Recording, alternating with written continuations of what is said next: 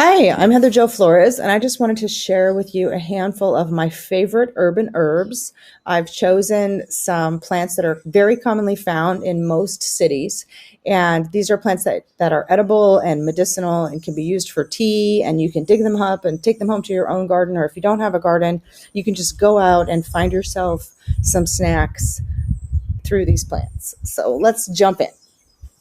Urban Herbs for Forage with Heather Jo Flores. Okay, so the first one is the ever beloved plantain. So you've seen this plant around a lot. I put a picture of some really dirty ones because a lot of times that's how it is. There'll be a bunch of them. And there's the broadleaf plantain and the narrowleaf plantain. So that's why I put the Plantago species here. And this is not the plantain that makes banana. If you're Latino, you might confuse these words. But so plantain is this weed here. The seeds are edible. They're actually pretty good. You can toast them and kind of use them like you would a sesame seed or a poppy seed. You can put them in smoothies. They kind of behave a little bit like psyllium seeds, so that they'll kind of clean you out, but maybe not as strong as psyllium seeds. So be cautious. Don't eat too many of them. The leaf is commonly used for healing of all different kinds. So I'm going to err on the side of not giving any sort of medical advice in this video. I just want to introduce you to these plants and encourage you to learn more about them. Look around for the ones that you see in your neighborhood, and then, look them up on the internet and find some books and really, dive into understanding what this plant can do for you. You can harvest the little leaves and put them into salad. It's just really wonderful. And when they get really big, if you have one of these in your garden and you let it get really big and, weed around it, sort of cultivate it, they're just absolutely so beautiful. So chickweed is another very common weed slash herb in most, gardens all around the world. And it's a yummy, yummy, yummy salad green and is also rich in vitamin C, and it has these lovely little tiny white flowers, though you would usually harvest it before. I've tried to include images that have the flower because you can't really make a 100% positive botanical identification on these plants unless you've seen the flower. So if you're not sure, please don't eat it. Just make a note to yourself on where that plant is and wait until it's blooming, and then double check and make sure that it's really the plant that you think you're harvesting. That's really, really important, positive identification. So another one that looks sort of similar. So here's the chickweed. See how they're sort of thicker, juicier. And then there's cleavers. And cleavers are a little more, they'll sort of stick to your pants when you walk by, but also a very delicious salad green. And cleavers, I really like them in smoothies. And they have little white flowers, but slightly different than the chickweed. You probably have both of these growing somewhere in a weedy area near you. They're both really yummy and delicious. And then the beloved dandelion. You can make these dandelion flowers into dandelion wine. You can eat the greens. You can harvest the roots and toast them and eat them like that, or make them into medicine. This is one of the most useful and nutritious and amazing weeds that there is out there. And it's a shame it has a bad reputation, but I think it's coming back. Plus, I just think they smell amazing as well. So dandelion. And then there's a lot of plants that look a lot like dandelion. So again, make sure to make a positive identification. If the flower looks a lot like this, but doesn't look exactly like this, like with these little hairs on top, they have these little spiral hairs on top. If they don't have those, then that's not the dandelion. That might be south thistle or something else. There's a lot of different plants in that family that are similar, but that aren't actually the dandelion. I put blackberry in because it's a very common weed in most cities. There's always some blackberry bushes somewhere.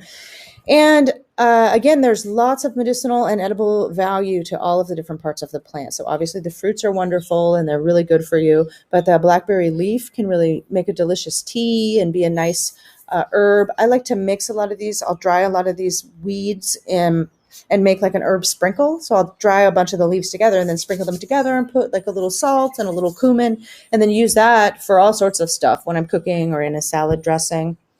Lamb's quarter. So this is probably growing also near you, and it's in the beet family with beets and spinach, and it's delicious when young. They can get kind of stringy and not that delicious once they start to bloom. So you want to eat them when they're little, but it's really rich in iron, and it's one of the most nutritious weeds out there. So the lamb's quarters are not to be missed.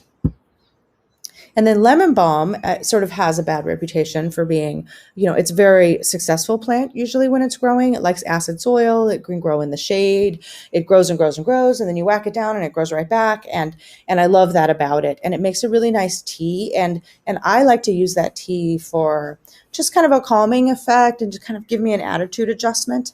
It's really nice. Or, you can just chew on the leaves. Really, most of the plants in the mint family are pretty easy to grow. So in some countries, burdock is a vegetable that everybody grows in their garden. And in the Western world, it's not as commonly grown like that. It's more treated like a weed. In most cities, you're going to be able to find a patch of burdock. It really likes disturbed areas. You can find it in an empty lot or, out in the corner of some park.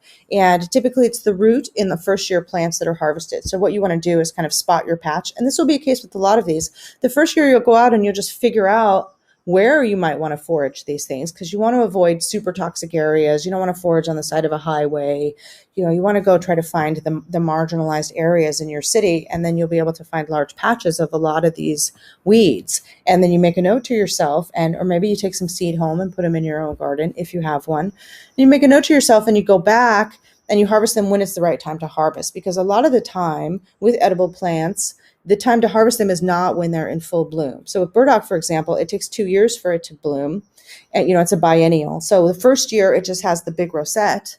And then the second year is when the flowers come up. So if you find a patch of burdock, then you can, skip over the ones that have the flowers and look around on the ground for where there's more baby plants. And then you dig those up and you would use the root. And you can also use the young leaves. Wonderful plants, super beautiful. Just be careful not to get these in your hair, because, fun fact, Velcro was invented based on how well these little zingers will grab you. So, word to the wise. Stinging nettle. This is not as commonly found in most cities, but I wanted to put it in here because I feel like it's something that people might not realize is super valuable, nutritious, and beneficial garden weed.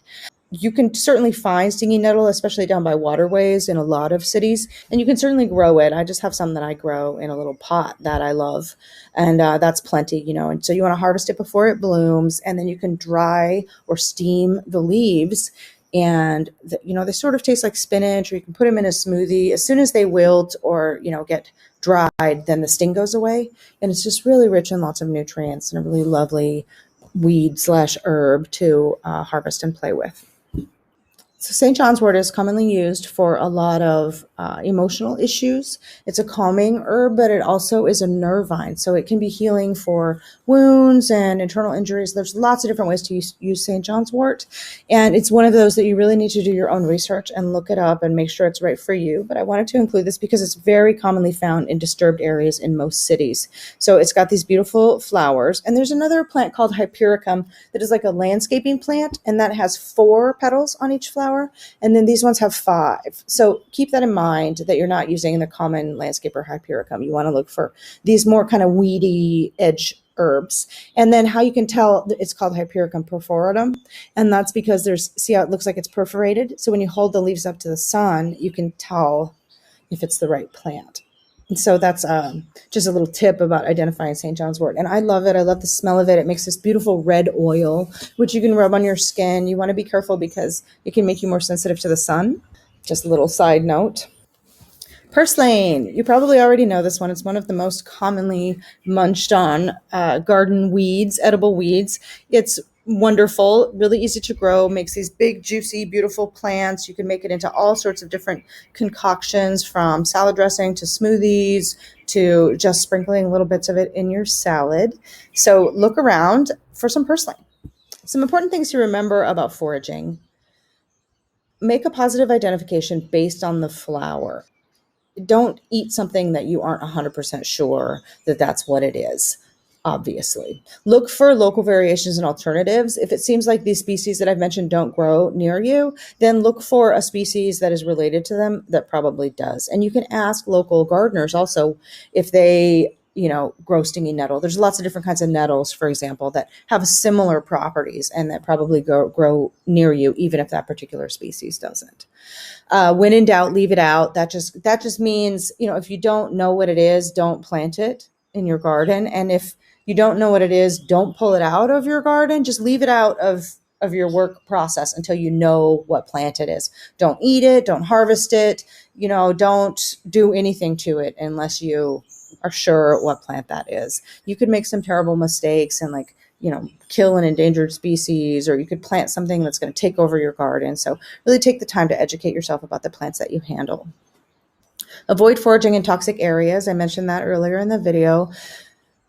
That can be hard. It can be easier said than done if you live in a city to avoid foraging in toxic areas, but keep it in mind, do the extra work to walk a little bit deeper into the park rather than just going for the St. John's wort that's right on the road, for example.